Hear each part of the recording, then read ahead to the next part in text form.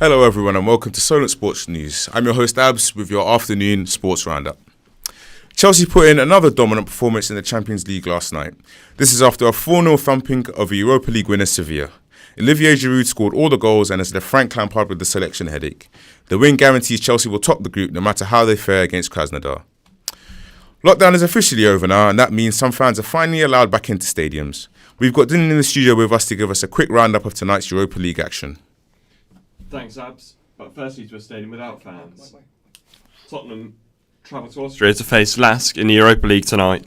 The London side have already secured qualification to the round of 32.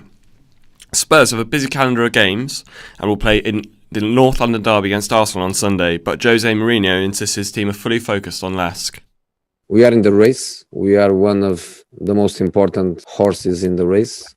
We had Chelsea last week, and before Chelsea we had Ludogorets, and we were not thinking about Chelsea. We made the changes that we thought we had to make. So in this moment, Arsenal is not in our mind. Meanwhile, Arsenal are back home in front of their fans for the first time in 271 days. The 2,000 tickets for tonight's clash with Austrian outfit Rapid Vienna sold out in 20 minutes, and it will give their fans a chance to see them in action for the first time since they played West Ham in March. Leicester travelled to Ukraine to face Zorya Luhansk, who came third in the Ukraine Premier League last season. Other games to keep an eye on include high-flying Rangers at home to Standard Liège, while Celtic face a tricky test against AC Milan. Back to you in the studio, Abs. Thanks, Dylan. One of the greatest footballing duos could be set to reunite. Neymar spoke about linking up with Lionel Messi again following PSG's victory over Manchester United last night. Messi's contract at Barcelona runs out at the end of the season, with him being heavily linked with a move away in the summer. Northern Ireland's women are through to the playoffs for the European Championship for the first time. They comfortably beat the Faroe Islands 5-1 at Seaview last night to secure second place in the group and stay on course for 2022's tournament. Northern Ireland boss Kenny Shields is proud of his squad. We went 1-0 down early in the game and we had to make sure that we stayed calm. We were a wee bit hasty in our play, but we got it done. In the second half it was much better.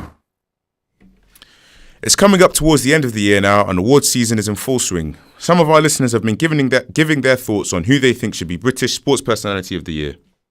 For me, I think it's going to be between Marcus Rashford and Lewis Hamilton. I think they're probably both worthy winners of it, but I think it'll go more towards Lewis Hamilton this year. All of his achievements are sort of built up over the last 5-10 years. I think Stuart Broad should win Sports Personality of the Year because he hit a huge milestone of 500 wickets and, along with the rest of the England cricket team, gave us some positive news to focus on throughout this summer. I'd like to see Lewis Hamilton win Sports Personality of the Year because, although I think Formula One's got a bit dull, to have won so many races and so many World Championships is pretty impressive.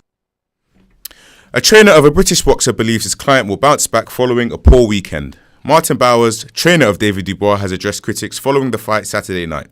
Dubois was the favourite for the fight but was stopped by opponent Joe Joyce in 10th round. Joyce now has plans in place to fight Alexander Usyk.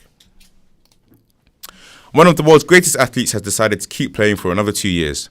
LeBron James, widely regarded as one of the greatest basketball players ever, has re-signed with the Los Angeles Lakers. The contract is set to expire as his son enters the NBA in 2023, leaving a father-son duo on the cards in the near future. Two NBA superstar point guards swapped teams last night in a blockbuster trade. Former NBA MVP Russell Westbrook left the Houston Rockets for the Washington Wizards. Injury-riddled All-Star John Wall went the other way. The move seems like a gamble for the Rockets as Wall hasn't played a game since 2018. That's all from us for now. I'll be back in an hour. Remember, you can keep up to date on our website, solentjournalism.co.uk.